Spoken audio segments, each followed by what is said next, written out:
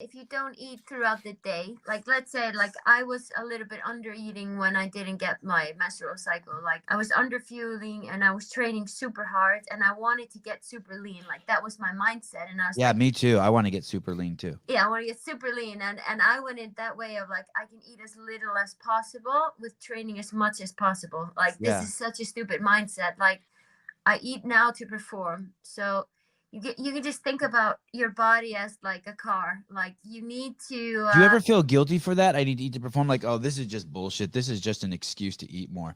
Like last night I had 2 pounds of hamburger meat, and I'm like, this is just bullshit. Because I like got all excited listening to Nick Rodriguez. I'm like, you're just doing this to fucking eat more, Sevan. yeah, yeah. I mean, I only train to eat. And I, I'm just the, lucky enough to be an athlete, you know?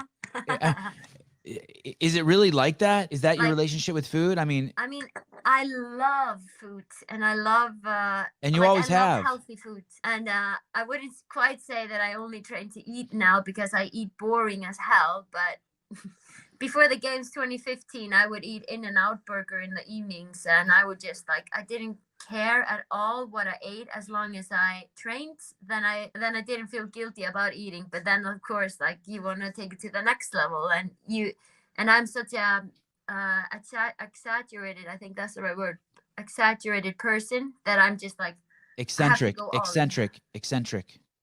Is it eccentric person? Yeah, like you're like Like obsessed. yeah, like you have a harem of men, and you have a ring collection that's too big. You have 1,000 rings, and maybe you have like that.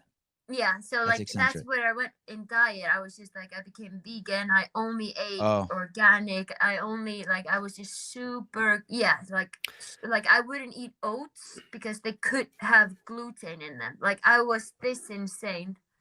Brian, before you go, I want to say one thing. So it our whole life as human beings in the United States, I think the general consensus was, oh, it's just normal for women to lose their menses if they're professional athletes. Yeah, And are what you saying now? You've realized that's bullshit. That's that's like the same bullshit. thing that like people said Gatorade gives you electrolytes. That's a fucking lie. You're also Yeah. saying that women, you should have. It doesn't matter if you're fastest woman in the 400-meter run, or you're the strongest woman in the world, or you're a professional basketball player. You should be dropping eggs every month, regardless. Yeah, because your body is telling you that it's under stress when you stop.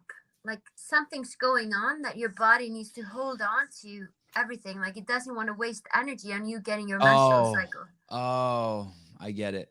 So it's okay. Like I would say before the CrossFit Games, if I wouldn't get my menstrual cycle for 2 months around that time because I'm under so much stress and so much pressure, that's completely normal. But when it's been 2 years, then you start to worry. But I went to the doctor and everything, and he was like, you're just an athlete. You just have to accept this. And I was like, is this going to affect my future? Because I really want to have a family.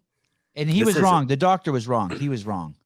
Yeah, the doctor was wrong. It was just like Yeah. this old guy that didn't have opinion about girls having muscles in sports and was just like, this is just one of those girls or something like that.